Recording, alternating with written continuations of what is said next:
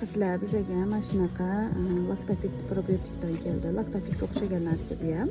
Bu nima uchun? Bu uyqu uchun kechqurun ichiladigan probiotik hisoblanadi. 17 ta yusangun, ya'ni probiotik vitaminlarga boy bo'lgan, ichida magneziumli qizlar uyqusi yaxshi emas, ko'p stress qiladiganlar, tunda yaxshi uxlay olmaydiganlar uchun kechki probiotik vitamin hisoblanadi. To'g'ri emas, bu shunchaki vitamin. Probiotik qizlar ichida magnezium ham bor. Tunda yaxshi uxlab, tinchlantirib, stresslardan tinchlantirib, ko'p stress qiladiganlar, uxlay olmaydiganlar uchun mana shunaqa probiotiklarimizdan keldi. Bemalol zakaz berishingiz mumkin.